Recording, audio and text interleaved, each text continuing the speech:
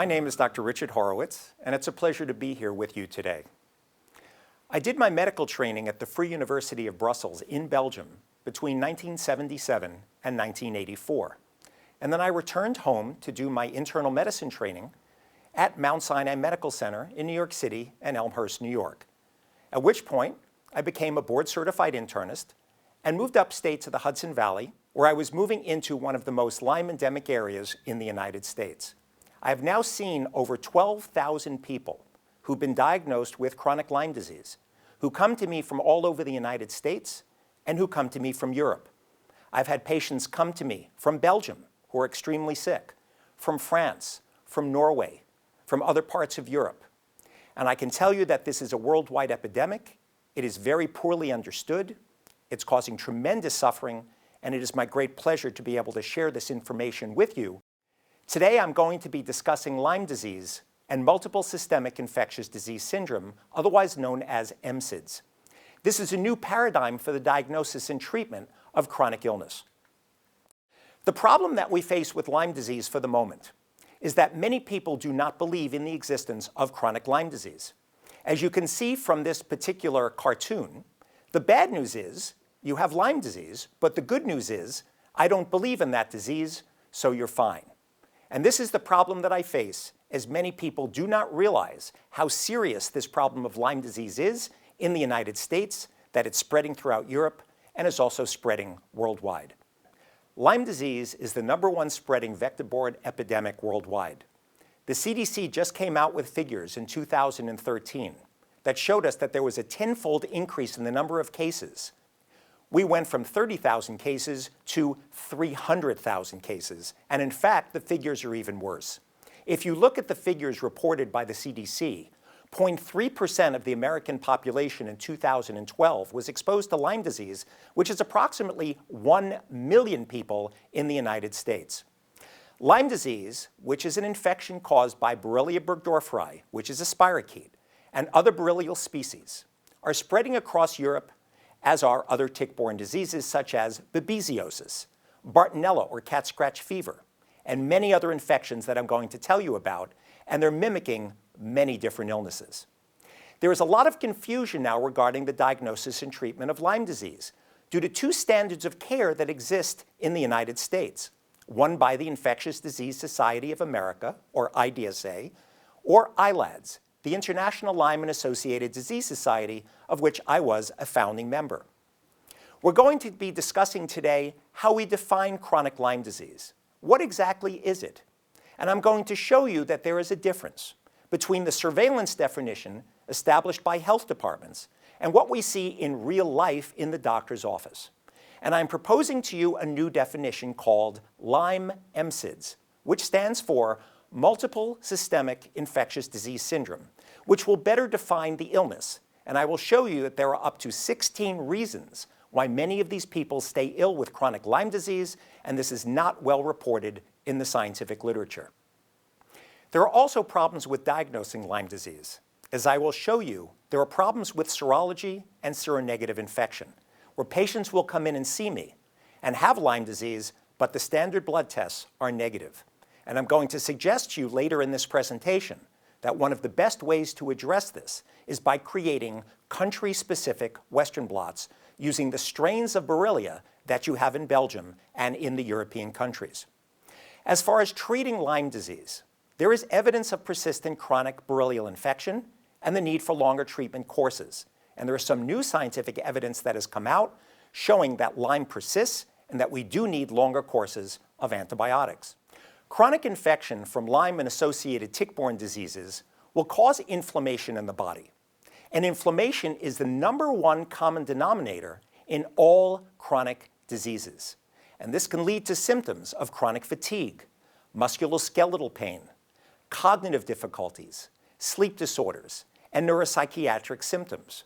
So for example, when we look at the figures for chronic disease in the United States, we see that 75% of our healthcare costs are due to chronic disease, and 70% of the deaths in the United States are due to chronic illness. So this is very important that we understand how the MSIDS model can help us also with chronic illness. This multifactorial model for chronic diseases called MSIDS, Multiple Systemic Infectious Disease Syndrome, will be discussed in detail today, showing you how multiple factors on the MSIDS map are responsible for disabling symptoms in my patients. And application of this model will ultimately help us to decrease suffering and associated healthcare costs associated with tick-borne diseases. We're also going to be discussing prevention, education, and research. We will be discussing determining the incidence of Lyme and associated tick-borne diseases in Belgium. And I'm going to show you how to use a screening questionnaire that is in my book to screen patients for Lyme and associated tick-borne disorders without the associated costs of going to a laboratory. We will also be discussing the need of screening the ticks in Europe for Borrelia burgdorferi, as well as other Borrelia species, because now we have other Borrelia species showing up in the ticks, such as Borrelia miyamotoi, the relapsing fever spirochete. In Europe, you have Borrelia afzelii, that causes acrodermatitis, chronic atrophicanes, and Borrelia guarini, that causes neuroborreliosis. But there are other borrelial species that may not show up on standard Western blots, such as Borrelia valsana, Borrelia lusitania, Borrelia spilmani. And there are other associated tick-borne infections that are also now spreading worldwide, such as Ehrlichia, Anaplasma, Babesia, including many species of Babesia, such as Babesia microti, Babesia duncani Wa1, and Babesia divergens, which is in Europe, as well as several different Bartonella species and rickettsial species.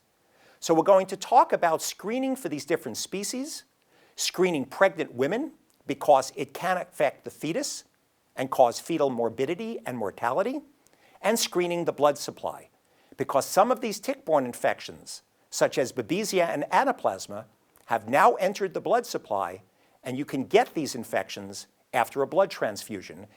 We will also be discussing how to determine the social and financial burden of Lyme and associated tick-borne diseases, and I will show you.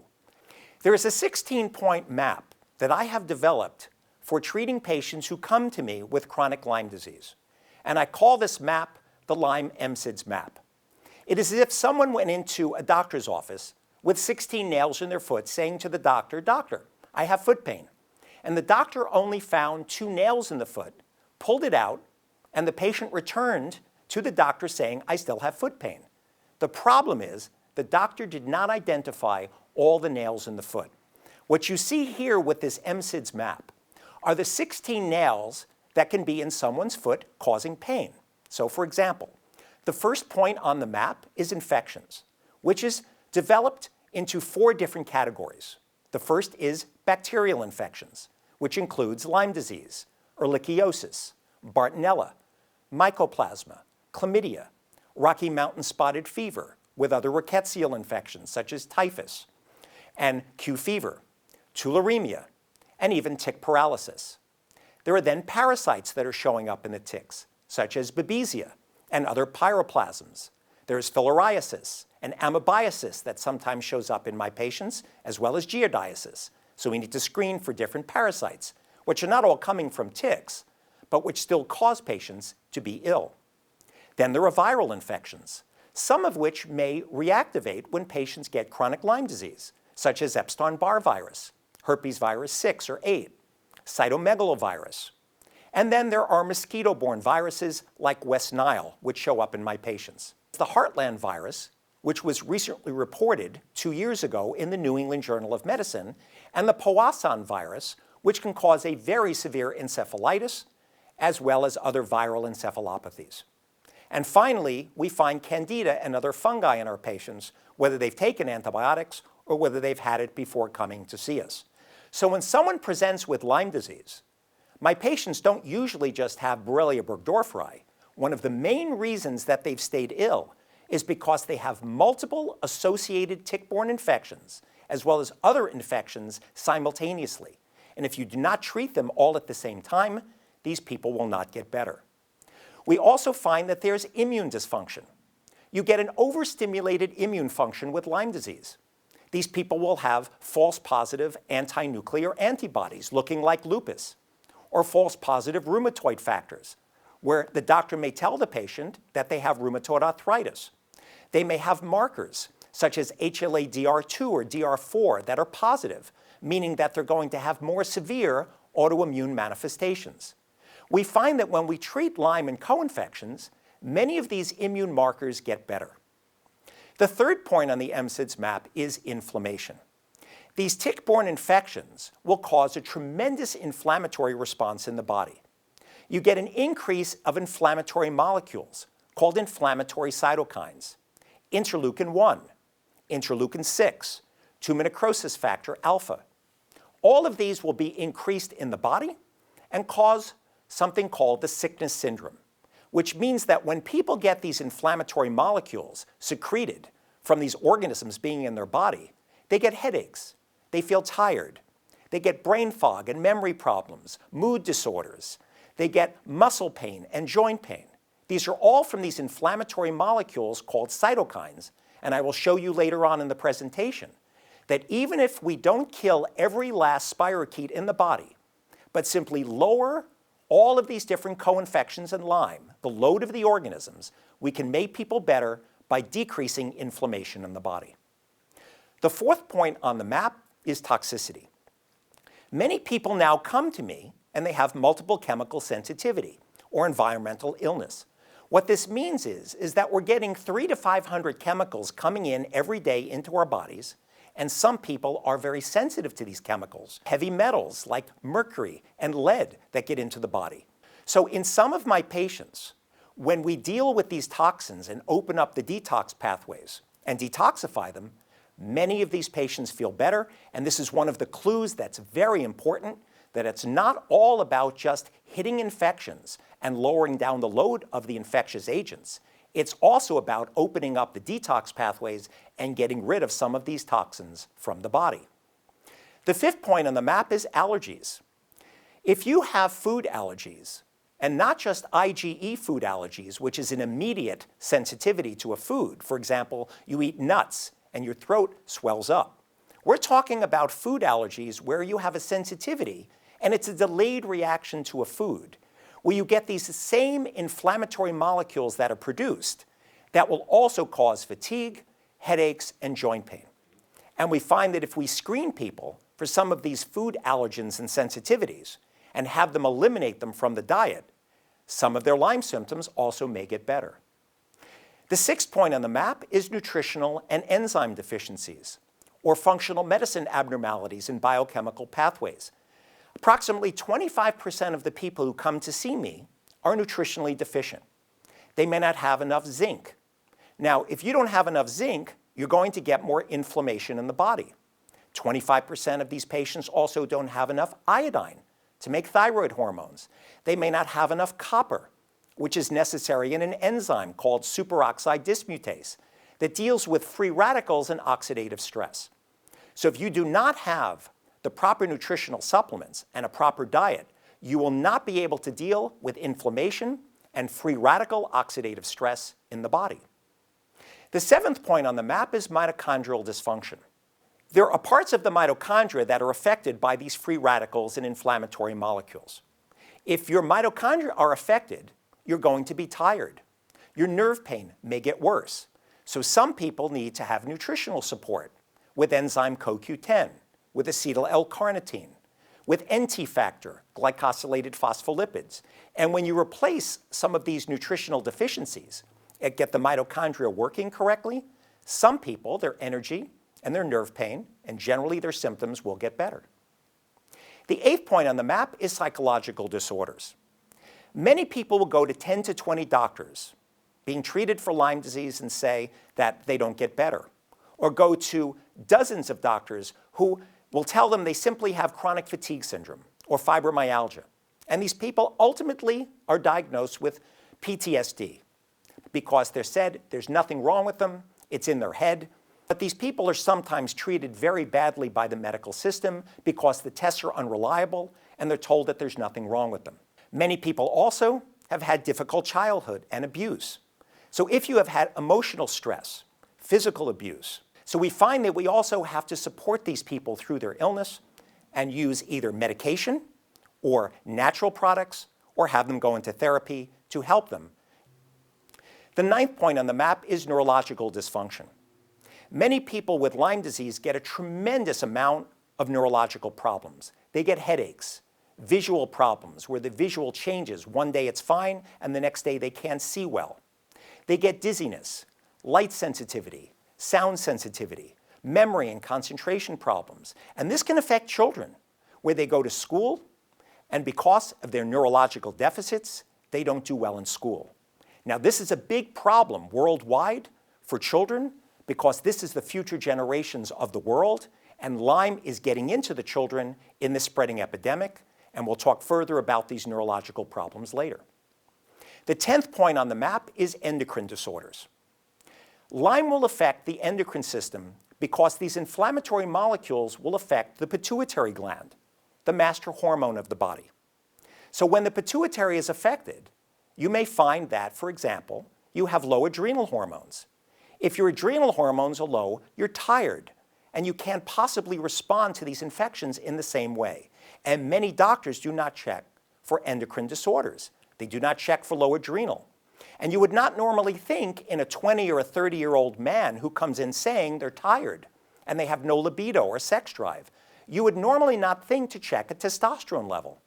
But I found that several of my patients with Lyme disease, who are men, will come in with low testosterone as if they were 70 or 80 years old. So you also have to balance out the thyroid, the adrenals, and the sex hormones in patients with Lyme disease, or they will not feel better. The 11th point is sleep disorders. Patients with Lyme disease will come to me and tell me they cannot fall asleep, they keep waking up in the middle of the night, and they have an unrefreshed sleep. They don't feel well when they wake up in the morning. Lyme disease causes tremendous sleep disorders, and even classical drugs like Ambien, Lunesta, drugs that usually would work for sleep, do not work in many of these patients with Lyme disease. So sleep disorders are important to deal with because if you do not get the Lyme patients to sleep, this inflammatory response in the body, producing these inflammatory cytokines, specifically IL-6, will be produced, and these patients will say, I'm tired, I'm achy, I have headaches, my memory doesn't work, because you have lack of sleep and inflammation in the body. The 12th point on the map is autonomic nervous system dysfunction. The autonomic nervous system is the part of the body that deals with blood pressure, heart rate, bowel function, bladder function. And we find that many of these patients who come to see me who say, Doc, I'm tired, I'm dizzy, I have memory problems. It's not all just from the infection, but from low blood pressure. So for example, if you stand these people up in a medical office, you will find that after several minutes, their blood pressure drops, their heart rate goes up, and they start to feel dizzy. And if you address this autonomic nervous system dysfunction and you raise their blood pressure and balance the autonomic nervous system dysfunction, many of these people who have POTS or postural orthostatic tachycardia syndrome, which is a part of the autonomic nervous system not working well with low blood pressure and fast heart rate, these patients, again, will feel much better. The 13th point on the map is GI disorders. People will come in sometimes with diarrhea, they'll come in with constipation, they'll have inflammation in the colon, they'll have parasites. You have to address leaky gut, food sensitivities, dysbiosis, where the microbiome, the bacteria that are present in the gut, are out of balance, and there are bacteria in the gut called bifidobacterium, which are responsible for decreasing inflammation. So if you don't have the right balance of bacteria in the colon, this also may be responsible for some of the inflammation in the body. The 14th point is people will come in occasionally with elevated liver functions. And normally as an internist, I would think about looking for some of the most common reasons why people have elevated liver functions, like an iron overload, hemochromatosis, or copper overload, Wilson's disease, or viral infections like hepatitis B or C, or alpha-1 antitrypsin deficiency. But tick-borne infections like Lyme disease also can raise liver functions. So it's necessary to always keep in mind that even Q fever can cause a chronic hepatitis. The 15th point on the MSIDS map are pain syndromes. Lyme will cause every different type of pain syndrome that you can imagine. It will cause chest pain due to costochondritis with inflammation in the chest wall. People will go to cardiologists saying they have chest pain, and their echocardiograms are normal. People also get neuropathy, pain in different nerves in their body, and people are on narcotics like morphine or Duragesic patches because the pain is so bad. And I have discovered that by treating Lyme disease and associated co-infections and using certain medication like low-dose naltrexone and anti-inflammatory herbs, we can get them off of their narcotics and relieve their pain. And the 16th and final point on the MSIDS map is deconditioning. When you have been sick with Lyme and associated tick-borne disorders for a long period of time, you're very tired. You've been in bed for a long time. You're extremely deconditioned. So you need to go back and do physical therapy and to work the body slowly with the muscle groups getting into form. And we found that by getting people into physical therapy and getting them into conditioning programs, people will feel much better over time. So again, this 16-point Lyme MSIDS map is the key to getting people better with Lyme and associated tick-borne diseases. After seeing 12,000 chronically ill people with Lyme disease in the last 27 years, I have found that people will come in and have 4 of these reasons on the MSIDS map as to why they're staying sick, or some may have 8, or some may have 10. The point is, it's individualized. The job of each physician is to find which of these points on the MSIDS map are responsible for the chronic illness, because what we're discussing is a paradigm shift in medicine. We have been taught that there is generally one cause for one disease, Pasteur's postulate. What I'm discussing with you today is that in the 21st century, the chronic diseases that people are coming in with are no longer due to one problem, but to multiple etiologies which are overlapping at the same point in time. When we look at the level of evidence behind the Infectious Disease Society of America practice guidelines, we find that more than half of the current recommendations of the IDSA are based on level 3 evidence only. What this means is they're not based on hard scientific evidence, but only the opinions of the authors.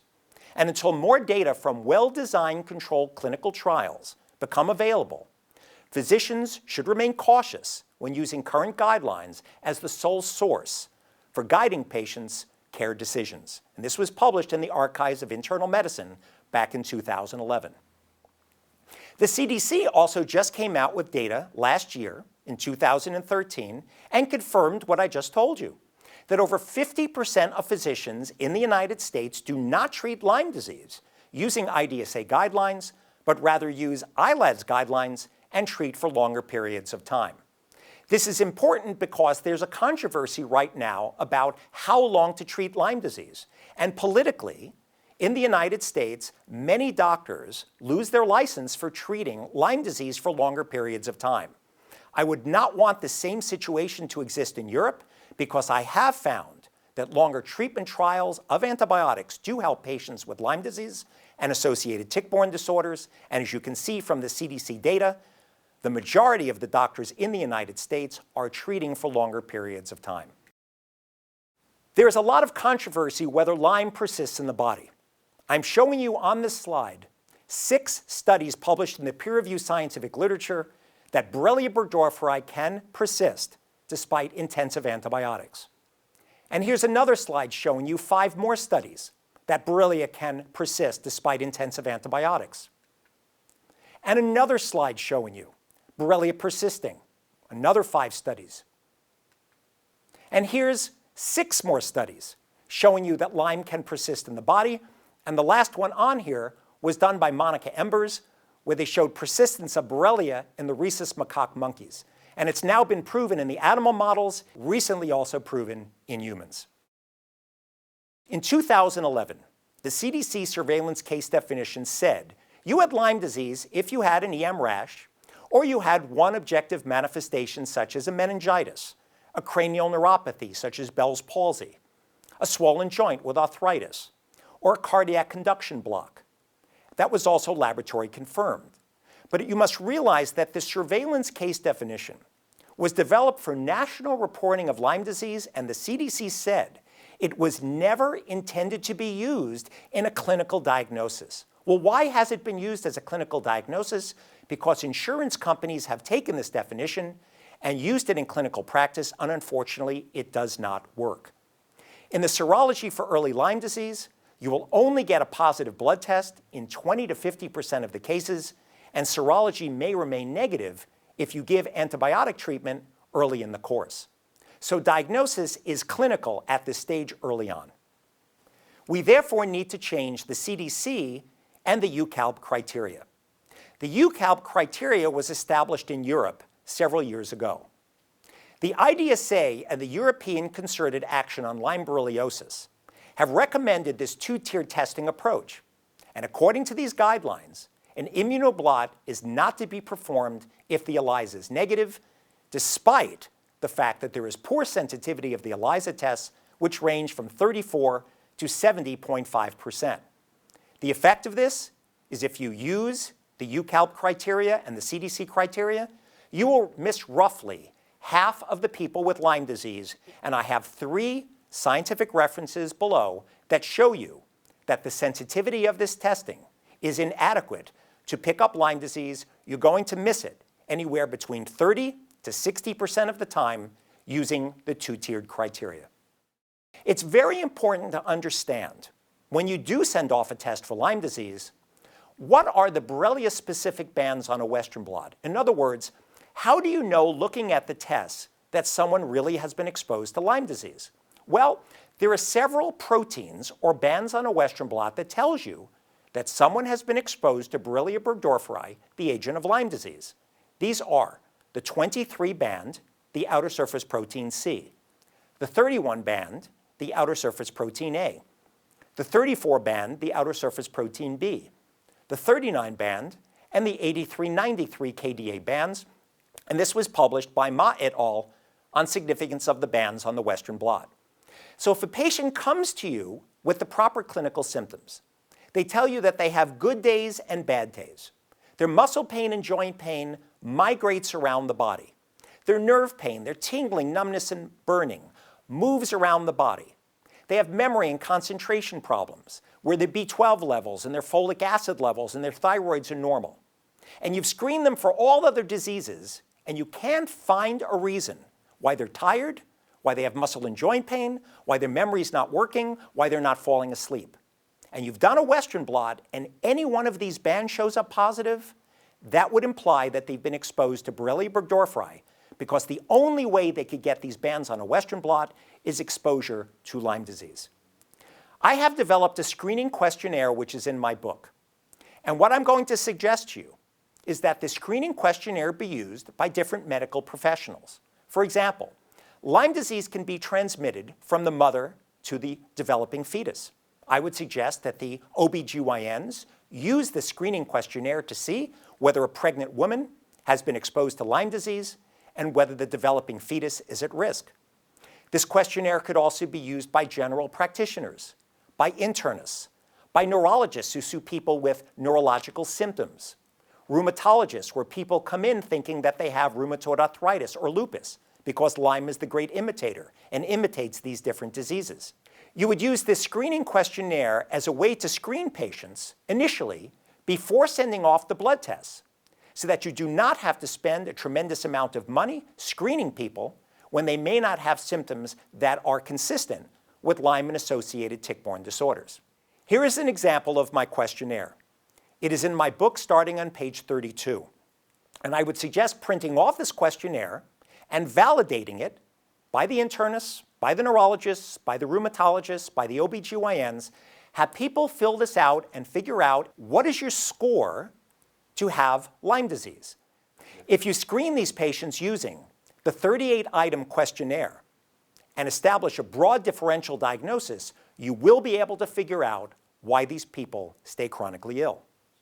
You add up the points on this questionnaire and you come up with a score. What we have found in my medical practice in screening 100 patients who came with chronic Lyme disease and MSIDS is that with a score of 46 or higher, they were 2 standard deviations above the mean, meaning they had a very high likelihood of having been exposed to Lyme and associated tick-borne disorders. So you can use this questionnaire as an initial screening tool to see whether you should be sending out tests for Lyme disease, understanding that your ELISA test is unreliable, and you must understand how to interpret the Western blot. The Lyme Task Force recommendations were just released by Dr. Ahern and Chris Fisk from the Lyme Action Network. And they showed that if you look at the economic impact, 2 recent studies have focused on assessing the burden of disease, which is measured with financial costs associated with the illness. Conducted among patients with Lyme disease, the studies found that the economics of Lyme are staggering, and the projected future impact will be even more stunning if large-scale reformative actions are not undertaken immediately to rein in the expanding problem. In the first study, conducted in 2006 by Zhang and colleagues and adjusted in 2013 for inflation, the researchers found that the mean annual cost of illness was strikingly different depending upon the speed with which the diagnosis was made. The costs were $400 if someone was treated at the time of the initial tick bite, $1,658 per year per patient for early Lyme disease if caught in the early stages. But it went up to $20,502 per year per patient for late-stage Lyme disease year after year after year. So clearly these numbers show that if you want to keep down suffering and keep down costs, you must diagnose and treat this disease early on. All of this is discussed in my book, Why Can't I Get Better?